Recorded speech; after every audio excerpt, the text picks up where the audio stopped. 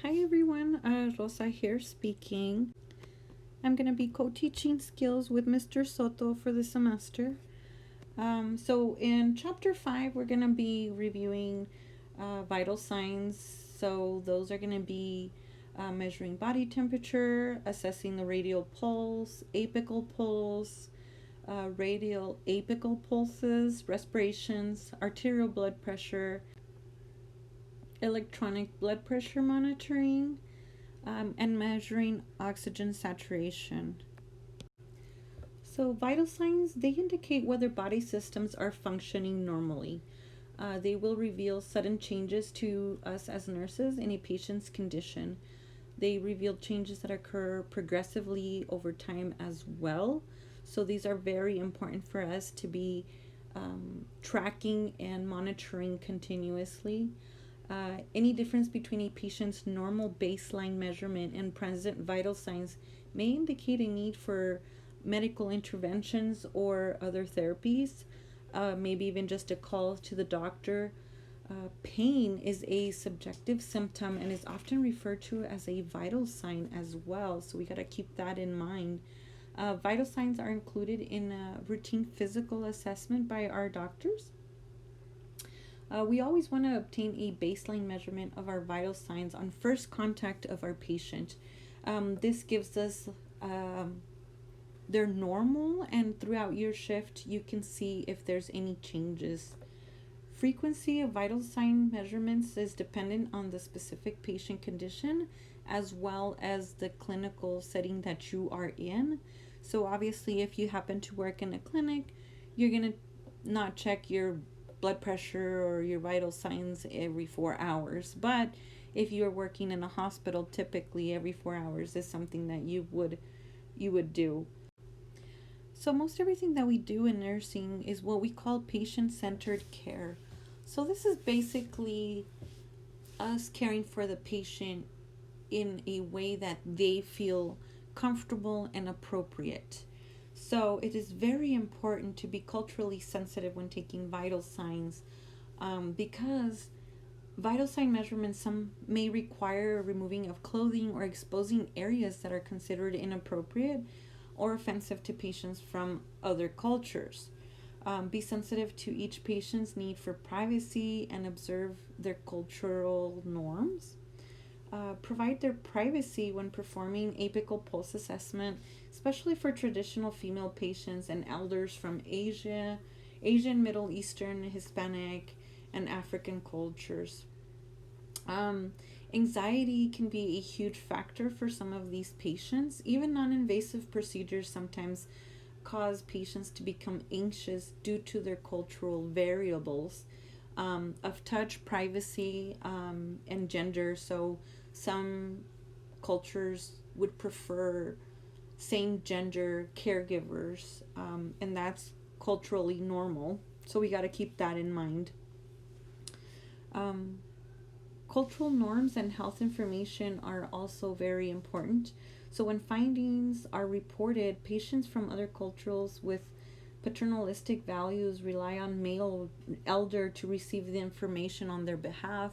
So, you may not be able to tell your patient yourself what their results are, or even if their blood pressure is high, things like that.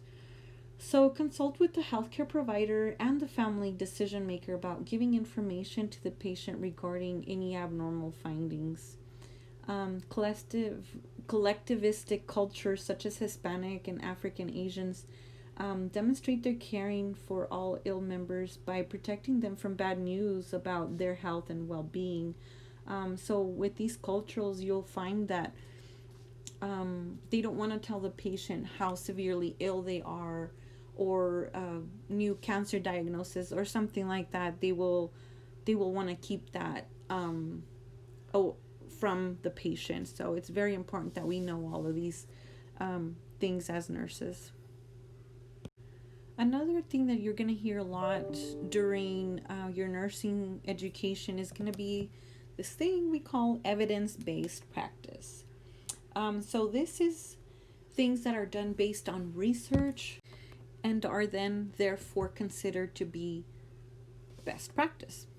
So, In vitals, obtaining an accurate and reliable blood pressure is going to require consideration of measurement conditions. So, for example, deep breathing during blood pressure measurements decrease systolic and diastolic pressures by nearly 5 millimeters of mercury. So, it's very important to consider that. Also, talking, especially when communicating sensitive information, anything that's stressful, it will increase the systolic and diastolic blood pressure by up to 6 millimeters of mercury.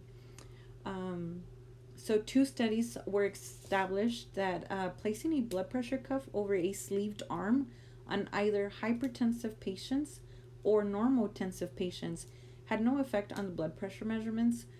So, that's something that was considered a no-no, but now it's not really considered a biggie because they did research on it and there's evidence that this was untrue. So now we can put a blood pressure cuff over a sleeve and it's okay. The safety guidelines. So as a nurse, you are responsible for your patients. So as this patient's nurse, it is your responsibility to make sure that these patients' vitals are measured.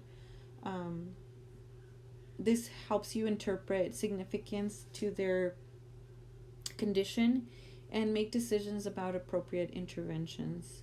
Okay, so make sure your equipment is clean, functional, and properly calibrated so that you are not getting abnormals, and then reporting those abnormals, and then it turns out that it was just your equipment was not calibrated correctly. So make sure you have the appropriate equipment for the patient's size, age, condition, and any other characteristics. A nurse knows a patient's usual range of vitals, so it's important for you to know these.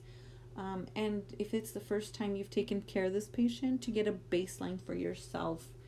And then this way you can have something to compare it to in case the patient starts to deteriorate throughout your shift.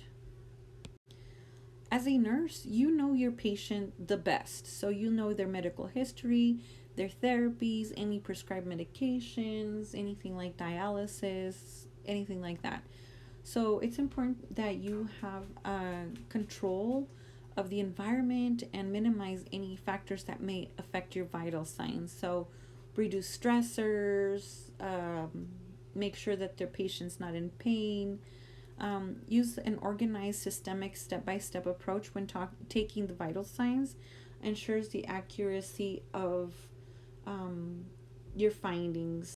A collaboration with your healthcare provider is going to help you decide the minimum frequency of vital signs for each patient. So, if your patients had surgery or treatment interventions, it is important to measure your vital signs a little more frequently to detect any complications early on.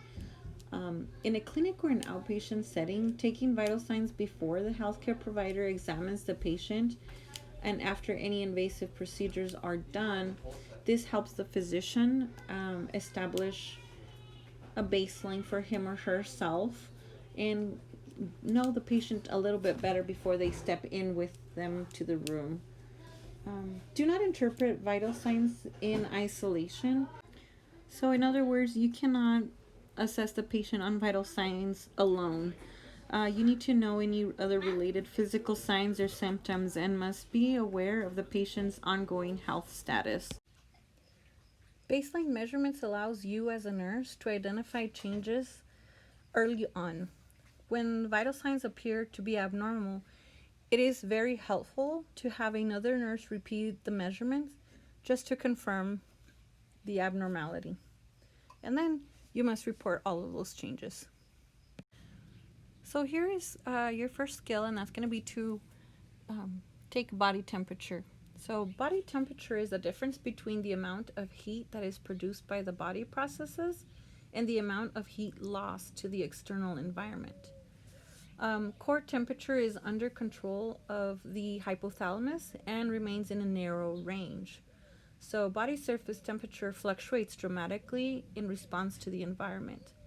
No single temperature is normal for all people. Some people may have cooler body temperatures and some people may have hotter body temperatures. It's just a matter of finding where your patient is normally. Body tissues and cells function best within a very narrow window of temperature range. So this is between 96.8 and 100.4 degrees Fahrenheit. And that's what's considered a temperature over 100.4. So for healthy young adults, the average oral temperature is going to be 98.6. And acceptable temperature range for adult depends on their age, gender, range of physical activity, hydration status, and of course their state of health. Physiological and behavioral control mechanisms act to maintain a constant core temperature, and control mechanisms have failed when heat produced by the body is not equal to the heat lost to the environment. A fever occurs when the heat loss mechanisms are unable to keep pace with excess heat production, and this results in an abnormal rise in the body temperature. When an individual has a febrile condition, initiate temperature control measures such as controlling the environment temperatures, removing external coverings, and administering any ordered medications to achieve better temperature control. So it is very important to recognize that depending on what site you're using, you're going to have different temperatures. So these are the core measurement sites. So rectal temperatures are typically going to be about 0.9 degrees Fahrenheit higher than oral temperatures. Axillary and tympanic temperatures are usually about another degree lower than oral temperatures. And sites reflecting core temperatures are more reliable indicators of body temperature than sites reflecting surface temperatures. To ensure an accurate temperature reading, you need to measure each site correctly. Use the same site when repeated measurements are necessary or when temperature measurements are compared over time. There are several types of thermometers that are used to measure body temperature in different parts of the body. Mercury thermometers are no longer available for healthcare, but sometimes they can be found in patients' homes. So for the quick quiz, the nurse is checking the patient's core temperature. Which site is the nurse going to be using? So the answer is B. All the other sites are considered surface measurement sites. A temperature check is something that can be delegated to nursing assistant personnel, but it's very important that they communicate the appropriate route, device, frequency, and temperature of measurement to the nursing assistant personnel in order for them to have a correct measurement. Explain any rectal positioning precautions and review temperature values, significant changes to report to the nurse.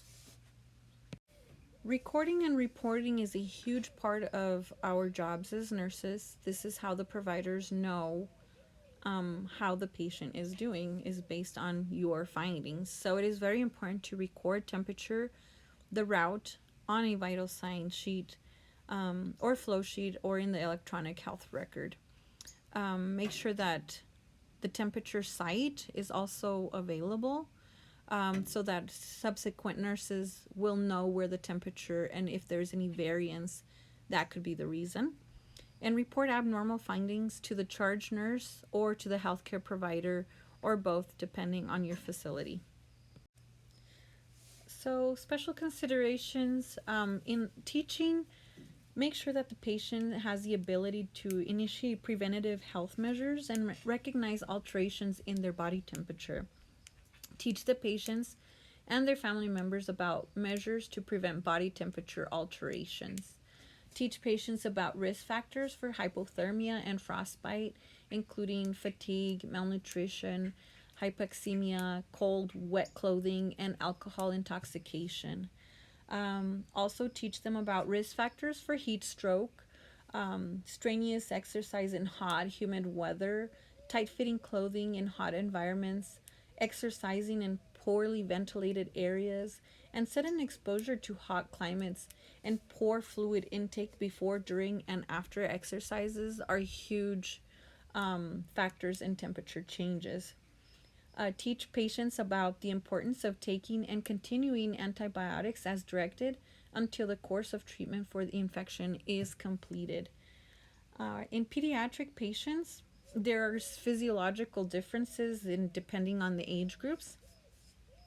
Infants and young children may lose more heat to the environment because of their increased body surface area or volume ratios. Critically ill children sometimes have cool skin but a high core temperature because of the perfusion to the skin. Use axillary temperatures for screening purposes only. Axillary temperatures cannot be relied on to detect fever in infants and young children. Children may assume a prone position for rectal temperature measurement. With children who cry or become restless, it is best to take the temperature as the last vital sign. Otherwise, your temperature may be elevated. The temperature of older adults is at the lower end of the acceptable temperature range, 96.8. Temperature considered within normal range often reflect a fever in an older adult, so be careful. Adults without teeth or older adults with poor muscle tone may be unable to close their mouth tightly enough to provide an accurate oral temperature reading. Older adults' thermal regulatory systems are not as efficient as those of younger adults. Tympanic temperature measurements can be inaccurate in older adults because of a buildup of cerumen.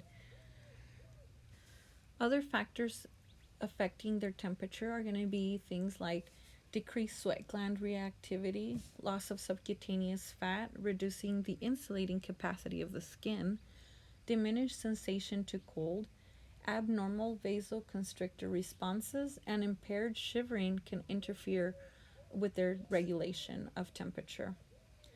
With aging, a loss of subcutaneous fat reduces the insulating capacity of the skin, which causes their temperature to be on the lower end. Older adults are at high risk for hypothermia because of this diminished sensation to cold and abnormal vasoconstrictor responses and impaired shivering. So, in home care, assess temperature and ventilation of patient's environment to determine the existence of any environmental conditions that may influence the patient's temperature. Mercury and glass thermometers are often used in older adult homes. Make sure that you assess the thermometer, that it is not broken, and the safe storage of these thermometers. Teach the patient and family caregiver about proper use of the thermometer, mercury hazards, and proper disposal of any mercury containing devices. And suggest alternative temperature measurement devices for home use. So next we're going to talk about assessing radial pulse. This is also a skill that you're going to have to perform. The ejection of blood from the heart distends the walls of the aorta. Because of the force of the blood exiting the heart, aortic distension creates a pulse wave that travels rapidly towards all the extremities. When the pulse wave reaches the peripheral artery, you can feel it by palpating the artery lightly against underlying bone or muscle. The pulse is the palpable bounding of the blood flow, and the number of pulsating sensations occurring in 1 minute is going to be your pulse rate. Assessing a patient's peripheral pulses determines the integrity of the cardiovascular system. An abnormally slow, rapid, or irregular pulse indicates an inability of the heart to deliver adequate blood to the body. A pulse deficit may be present. The strength or amplitude of a pulse reflects the volume of blood ejected against the arterial wall with each of the heart contractions. If volume decreases, the pulse often becomes weak and difficult to palpate. A full bounding pulse is an indication of increased volume. The integrity of peripheral pulses indicates the status of blood perfusion to the area distributed by the pulse. The radial and carotid arteries are commonly used because they are easy to palpate. Other peripheral pulses are assessed when a complete physical is conducted or when the radial artery is not available for assessment because of surgery, trauma, or impaired blood flow to that limb. A radial pulse measurement can be delegated to a nursing assistant personnel if the patient is stable. However, if your patient is not in stable condition, this cannot be delegated to any assistant personnel. For those patients that are stable, the nurse should instruct the NAP to communicate appropriate site for pulse rate, frequency of measurement, and for factors related to the patient's history, such as risk for abnormally slow, rapid, or irregular pulse. Review the patient's usual pulse rate and significant changes to report to the nurse. Report specific abnormalities to the nurse for further nursing assessment. Same as the temperature, it is important to keep an accurate record of your pulse rate rhythm in the vital sign flow sheet and keep track of any abnormal changes, and of course report all of those abnormal findings to the nurse that's in charge or the healthcare provider, and sometimes even both.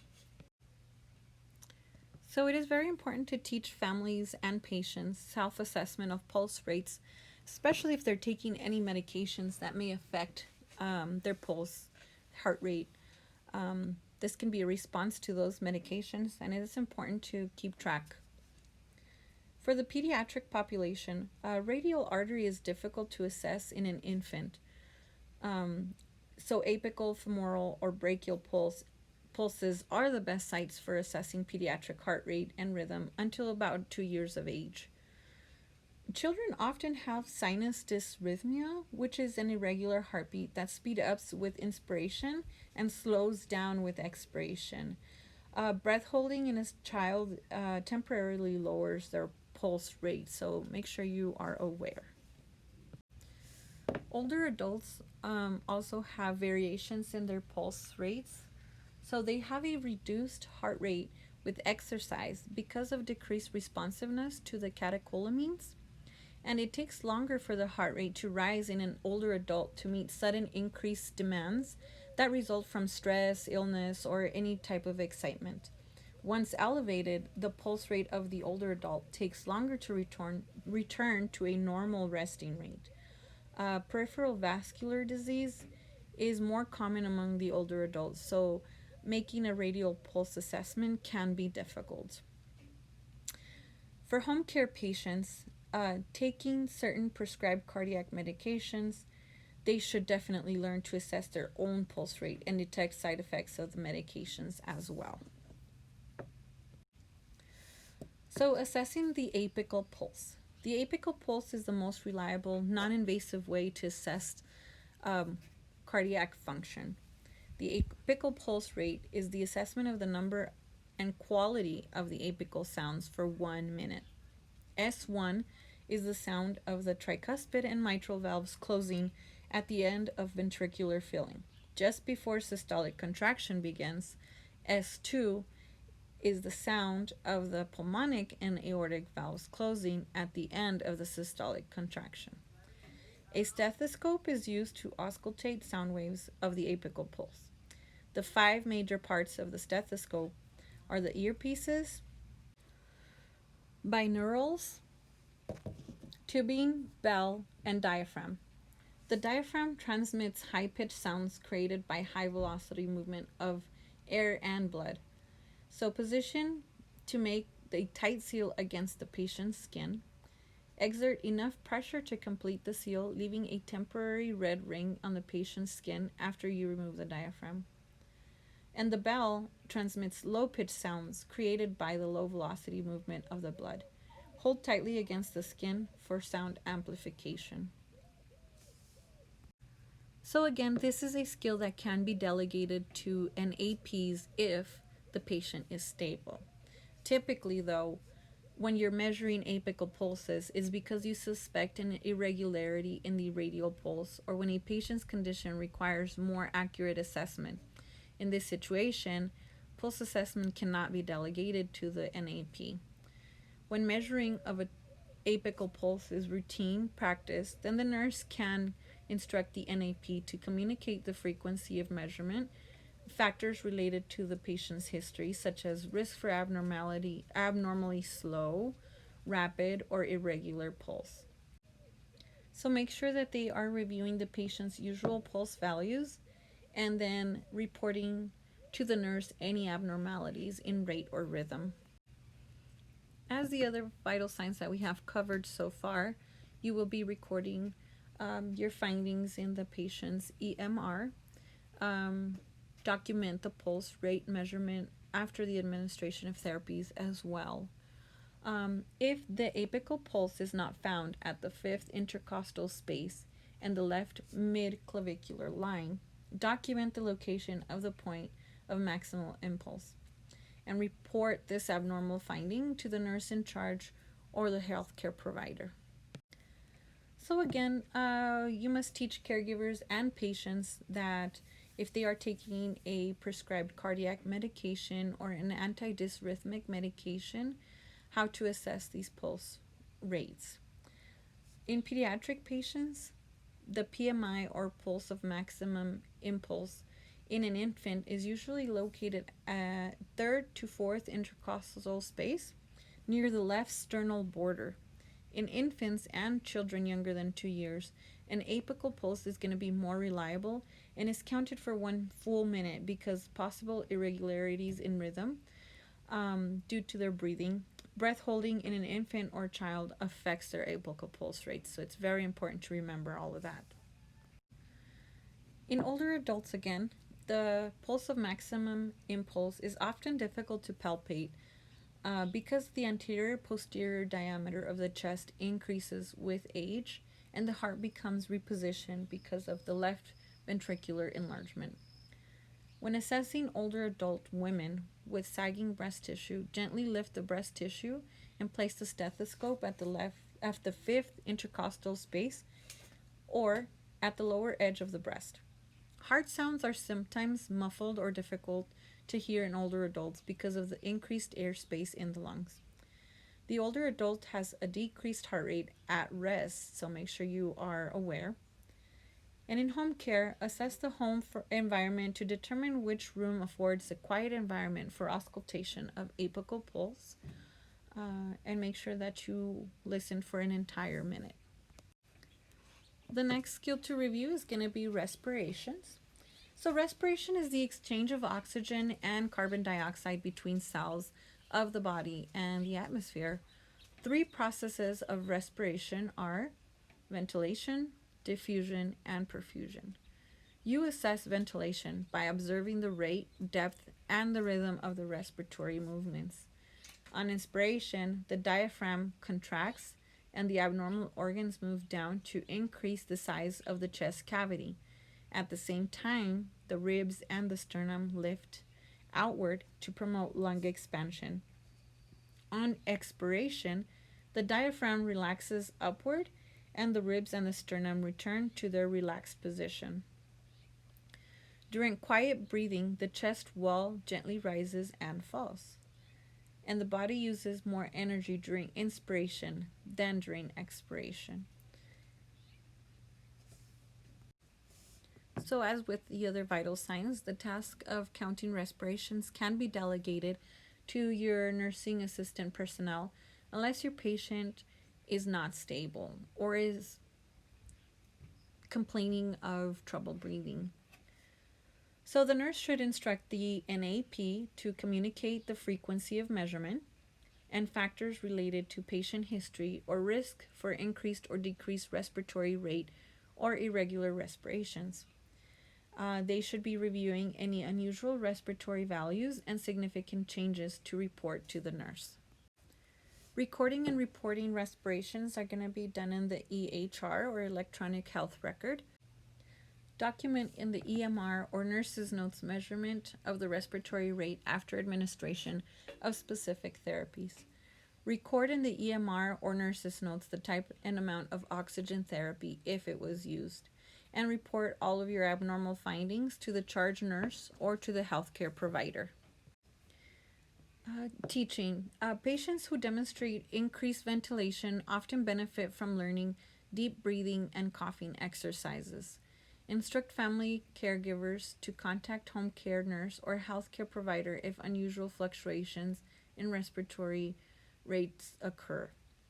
For pediatric patients, assess respiratory rates before other vital signs or assessments if you are able to view the movement of the chest wall or abdomen. This allows the assessment rate and rhythm before a child becomes anxious because of stranger anxiety or fear of the assessment procedures. Average respiratory rate for newborns is 30 to 60. For infants that are 6 months to 1 year are going to be 30. For toddlers, 2 years is 25 to 32. And for children from 3 to 12 is around 20. Older adults, aging causes ossification of costal cartilage and downward slant of the ribs, resulting in a more rigid rib cage, which reduces the chest wall expansion.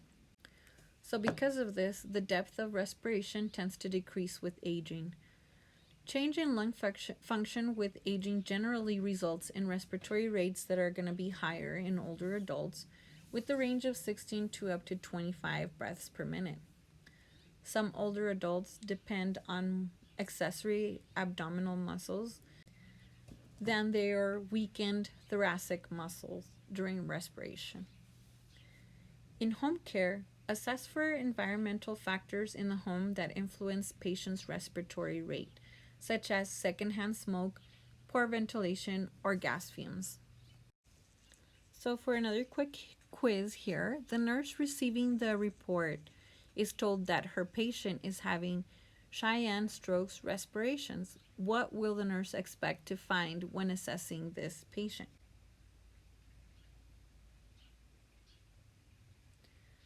So the correct answer here is going to be C. In Cheyenne-Stokes respiration, the respiratory rate and depth are irregular, characterized by alternating periods of apnea and hyperventilation. The respiratory cycle begins with slow, shallow breaths and gradually increase to abnormal rate and depth. Next, we're going to be talking about assessing arterial blood pressure. Blood pressure is the force exerted by the blood against the blood vessel walls. Peak pressure occurs when the ventricular contraction of the heart, or systole, forces blood under high pressure into the aorta. When the ventricles relax, the blood remaining in the arteries exerts a minimal or diastolic pressure. Diastolic pressure is the minimal pressure exerted against the arterial walls at all times. The standard unit for measuring blood pressure is in millimeters of mercury. As the sphygmomanometer cuff is deflated, the 5 different sounds heard over an artery are called Kirchhoff phases. The sound in each phase has unique characteristics. Blood pressure is recorded with the systolic reading, which is the first sound, before the diastolic reading, beginning of the 5th sound. Hypertension is defined as systolic blood pressure of 140 millimeters of mercury or greater, and diastolic blood pressure of 90 or greater, or taking antihypertensive medication. Prehypertension is designated for patients at high risk for developing hypertension. The diagnosis of hypertension in adults requires an average of 2 or more readings taken at each of 2 or more visits after an initial screening. Hypotension occurs when systolic blood pressure falls to 90 millimeters of mercury or below. Although some adults normally have a low blood pressure, for most people a low blood pressure is an abnormal finding associated with illness. Orthostatic hypertension, also referred to as postural hypotension, occurs when a normotensive person develops symptoms, kind of like lightheadedness or dizziness, and low blood pressure when rising to an upright position. Blood pressure equipment needed So you can measure arterial blood pressure directly, which would be an invasive procedure, or indirectly, non invasive, which is the most common. The direct method requires electronic monitoring equipment and the insertion of a thin catheter into an artery, and it is more complicated. As said before, the most common is non invasive, which just requires the use of a sphygmomanometer and a stethoscope. Cloth or disposable vinyl compression cuffs can be used and contain an inflatable bladder and come in several different sizes. An improperly fitting cuff produces inaccurate blood pressure measurements. There's also electronic or automatic blood pressure machines, consist of an electronic sensor positioned inside a blood pressure cuff attached to the electronic processor. Electronic devices have limitations but are useful when frequent measurements are necessary. So, as with most vital signs, the task of blood pressure measurement can be delegated to the patient's NAP unless the patient is unstable. The nurse should instruct the NAP to explain the appropriate limb for measurement, blood pressure cuff size, and equipment. This is your way of assessing that they are aware what needs to be used. Communicate the frequency of measurement and factors related to the patient's history, such as the risk for orthostatic hypotension, as well as any hypertension medications. Review the patient's usual blood pressure values, and significant changes or abnormalities should be reported to the nurse immediately. Record the blood pressure and site assessed on vital sign flow sheet or the EA chart. Also be aware of where blood pressure should be documented after the administration of specific therapy, so either the EMR or the nurse's notes. Report abnormal findings to the nurse in charge or the healthcare provider. When teaching, consider that people with family history of hypertension, premature heart disease, lipidemia, or renal diseases are significantly more at risk. Obesity, cigarette smoking, heavy alcohol consumption, high blood cholesterol and triglyceride levels, and continued exposure to stress from physiological or environmental conditions are all factors that are linked to hypertension. Primary prevention of hypertension includes lifestyle modifications. So, these would be things like losing weight, exercise daily, reduce sodium and saturated fat intake, maintain an adequate intake of dietary potassium and calcium. Also, cigarette smoking is a significant risk factor, so encourage your patients to avoid tobacco in any form. Instruct primary caregivers to take blood pressure at the same time each day and after patient has had a brief rest.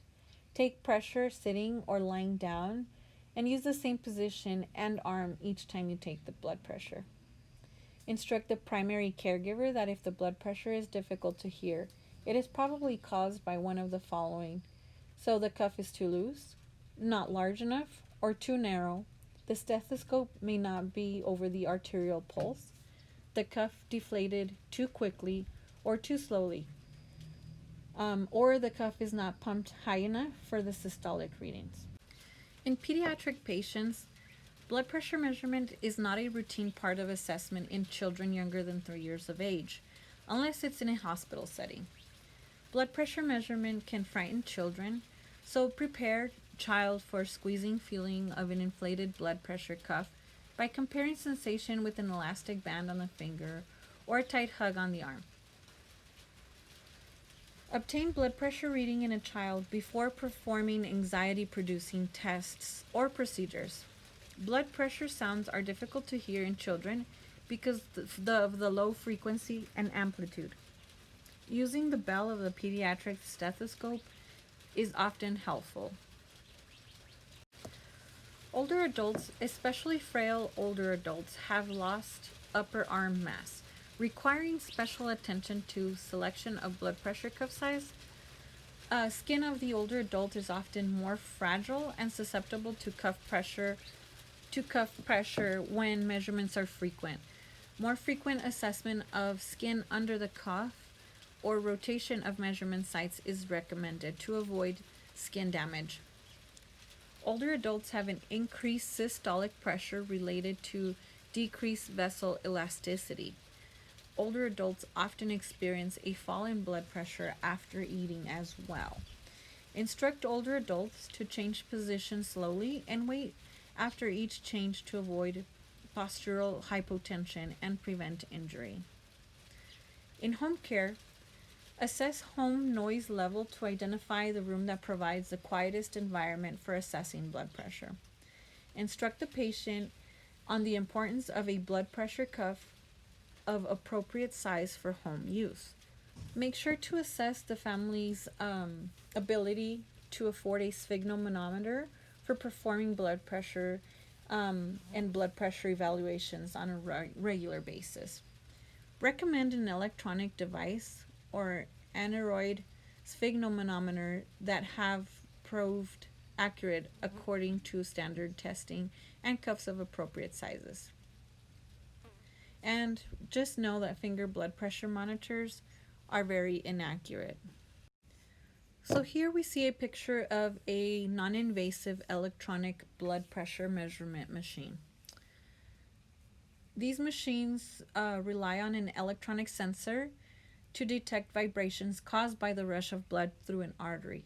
These devices are used when frequent assessment is required, as in critically ill or potentially unstable patients, during or after invasive procedures such as surgeries, or when therapies require frequent monitoring. Verify assessment of an abnormal pressure by an electronic machine with a sphygmomanometer and a stethoscope. So again, with like the other vital signs, this can be delegated to an assistant personnel only if the patient is stable. So the nurse should instruct the NAP to communicate the frequency and extremity for which the measurement was obtained. Select a blood pressure cuff that is appropriate size for the designated extremity and an appropriate cuff for the machine. Review the patient's usual blood pressure, and they should be reporting significant changes or abnormalities to the nurse. So here for another quick quiz. The nurse is preparing to assess the blood pressure cuff of an adult patient using a thigh cuff on an electronic blood pressure monitor. The nurse should use the cuff of what size for this patient?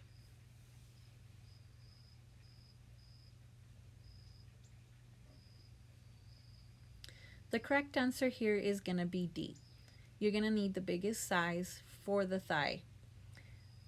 All other answers are incorrect because their measurements are not big enough for the thigh measurement of a blood pressure. Measuring oxygen saturation or pulse oximetry. A pulse oximeter is a probe with a light emitting diode or LED connected by a cable to an oximeter. The LED emits light wavelengths that are absorbed differently by oxygenated and deoxygenated hemoglobin molecules. The more hemoglobin is saturated by oxygen, the higher is the oxygen saturation. Measurement of oxygen saturation is simple and painless. A vascular pulsatile area is needed to detect the change in transmitted light when measurements are taken with a digit or earlobe probe. Complications, conditions that decrease arterial blood flow, such as peripheral vascular disease, hypothermia, pharmacological vasoconstrictors, hypotension, or peripheral edema, affect the accuracy of the measurement and determination of the saturation of oxygen in the blood. Carbon monoxide in the blood, jaundice, and intravascular dyes can influence the light reflected from the hemoglobin molecules. The patient must remain still, and outside light sources should be limited for optimal measurements. Probe placement. A forehead sensor can be used for patients with decreased peripheral perfusion. In adults, you can apply reusable and disposable oximeter probes onto the earlobe, finger, toe, bridge of the nose, or the forehead. Pulse oximetry is indicated in patients who have an unstable oxygen status or are at risk for impaired gas exchange. Again, the task of oxygen saturation measurement can be delegated to the nursing assistant personnel, as long as the patient is stable. The nurse should instruct the nursing assistant personnel to communicate specific factors related to the patient that can falsely lower oxygen saturation, provide information about appropriate sensor site and probe, notify the nurse of frequency of oxygen saturation measurements for a specific patient. Notify the nurse immediately if any reading lower than the pulse oximetry of 95% or the value for a specific patient. Refrain from using pulse oximetry as an assessment of heart rate because an oximeter will not detect an irregular pulse.